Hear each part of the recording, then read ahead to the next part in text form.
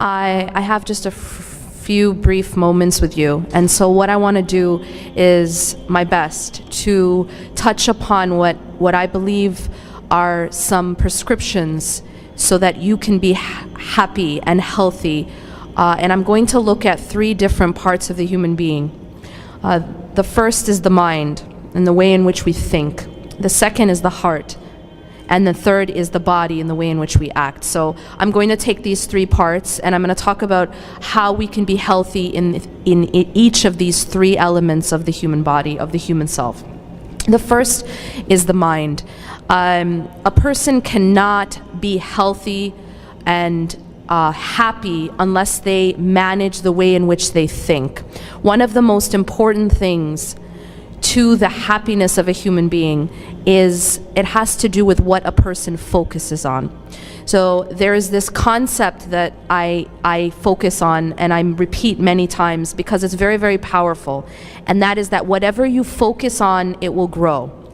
What you focus on grows. And that's why you find that there are people and there are some types of people, they are problem focused. What does that mean? It means that in any given situation, they will pick out the problem and that will become their focal point. You guys know anyone like that? Now, what happens when you become a problem-focused person is what that leads to is something called anxiety. People who are problem-focused also tend to have very high levels of anxiety. These are people who have trouble sleeping at night, trouble shutting off their mind, trouble shutting off their worry. And the reason for that is that when you focus on problems, problems grow. They start to become bigger and bigger. And so any problem that you sit and think about and talk about and write about and post about, guess what happens to that problem? It starts to become bigger and bigger. And so what happens is when you are a person who focuses on problems, you also start to become surrounded by those problems and they can become very debilitating. They can feel paralyzing. Another type of focus that sometimes people have, you guys have heard this glass half empty, half full analogy, right? What is that talking about? What it's talking about is that if you take a glass of water and you fill it 50% with water, there are going to be some people who will describe that cup as half full. And there are going to be others who describe it as half empty. That's referring to focus. So another way to explain this is that analogy of the boy, right, with the cake. There's one picture, there's this meme I read, very powerful. At the top, there's a picture of a little boy holding one slice of cake. And he is beaming. He's so happy because he's holding a piece of cake. Then below him is another picture of another boy, and he's holding an entire cake with one piece missing, and he's sad. Now, the boy on the top is happy. Why? Because what's he focused on? What he has, which is a slice of cake. The one on the bottom is sad because why? He's focused on what he doesn't have, which is only one piece. Now let me ask you this question. Who has more cake? The guy on the bottom who's sad. The guy on the bottom who's sad actually has more cake, but it's his focus that's different. And because his focus is on what's missing, he's actually he's sad. The one on the top is focused on what he has, and so he's happy. And this brings me to the concept that I'm talking about. And that is that what you focus on grows. That's why Allah subhanahu wa ta'ala tells us, وَإِذْ تَأَذَّنَ رَبُّكُمْ لَإِن شَكَرْتُمْ لَأَزِيدَنَّكُمْ. Allah is telling us that if you are grateful, if you are thankful, He will increase us. How does that increase happen? Well, there's a lot of ways that increase happens. You'll actually get more by showing gratitude, but something else happens. And that is that you feel rich when you're grateful. You actually feel abundance and you attract abundance when you are grateful. So when you focus on what you have, it grows. That what you have looks bigger and bigger. You will feel rich. You know, one of the attributes of a person who is only concerned about this life, very profound hadith in which the Prophet ﷺ says there's two types of people. There are the people whose greatest concern is this life. And then there's another group of people whose greatest concern is the next life. Akbar hamma. It's like your biggest and greatest and deepest concern. And he tells us that there are certain consequences of making this life your primary concern. Now, when I say primary concern, I don't mean that we can't be concerned about things in this life, right? The Prophet ﷺ got married, he had children, he had friends, he was a leader, he was a father, he was all of these roles. But what was his primary concern? His primary concern was not this life. So a person whose primary concern is this life, something very interesting happens.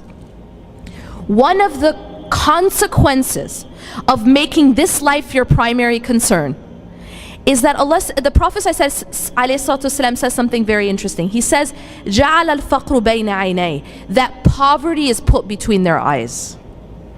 Poverty is put between their eyes. What does that mean? Well, I want you guys to imagine if I had something hanging between my eyes just now, and I look forward, what do I see? That thing that's hanging there, right? If I have a stone hanging there, I'm going to see it. If I look to the right, what do I see? I see the stone. If I look to the left, what do I see? I see the stone. If I look up, if I look down, everywhere I look, I just see that thing that's stuck between my eyes. And that's what happens to a people who make this life their primary concern. No matter what they have, they always feel poor. Do you understand? That's deep. No matter how much they have, no matter what happens, no matter what they're given, they always feel like they don't have enough. That is poverty, true poverty, because they could be the richest person in the world and it still doesn't feel like enough. Because true contentment, true richness, the Prophet ﷺ said, is richness of the heart. It's contentment. It isn't what you have in the bank. And so when a person actually makes this life their primary concern, they will always feel like they don't have enough. Poverty is put between their eyes. So this concept of focus is very, very important. Focusing on what you have. Not being a people who focus on negativity, but rather focusing on positivity. Because your thinking changes you. And when you focus on the light, it grows. When you focus on darkness, it also grows. One thing I found is that when you look at social media, you can tell a lot about yourself by looking at your news feed. You know why? Because your news feed is like your fridge. It's what you're going to eat that day. You open up your news feed, it's like opening your fridge. That's what you're going to eat that day. That's what you're going to look at. That's what you're going to read. That's what you're going to be exposed to. And there's no such thing as passive exposure. Everything you look at, everything you read, everything you listen to is like eating it. You're ingesting it. It's going straight to your heart. So a lot of people, when they open their news feed, it's all just really negative. You guys know what I'm talking about? It's like a lot of darkness upon darkness upon dark. Negativity, negativity, negativity, and then a few burgers in between. Right? And then maybe a couple selfies. Now that type of fridge isn't going to make you very healthy mentally or spiritually or psychologically or anything. So you have to be mindful of what you're focused on and what you're taking in. That's how you keep a healthy mind. You have to think, you have to be conscious of your thoughts. One of the mistakes that we make when it comes to mental health, when it comes to being healthy in our thinking, is that we don't guard our thoughts. We don't guard our thoughts. We think that our mind is just, we kind of leave our mind as a place where anything goes. So if we get a negative thought, we let it stay. We invite it for dinner. We give it, we even let it stay for tea. These negative thoughts are given a place to stay. And some of these negative thoughts are actually like really, really, really bad self-talk. Sometimes we're beating ourselves up. Do you guys know what I'm talking about? Anyone?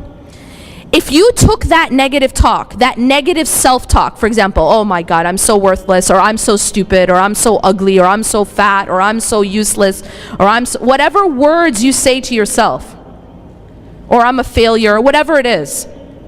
Whatever those words you say to yourself, can you imagine if you took those same words and you said it to your best friend? You talk to your best friend that way? Or to your spouse? Or to your mom or your dad or your kid, God forbid? What would happen to that relationship? Anyone? It would destroy the relationship. And this is what's happening with our own relationship with ourselves, with our own self-worth and our own self-esteem, because we are allowing these awful thoughts.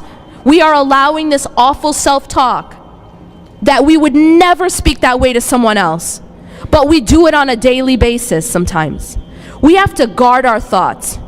Your thoughts become who you are, all right? But realize that your thoughts are not always from you.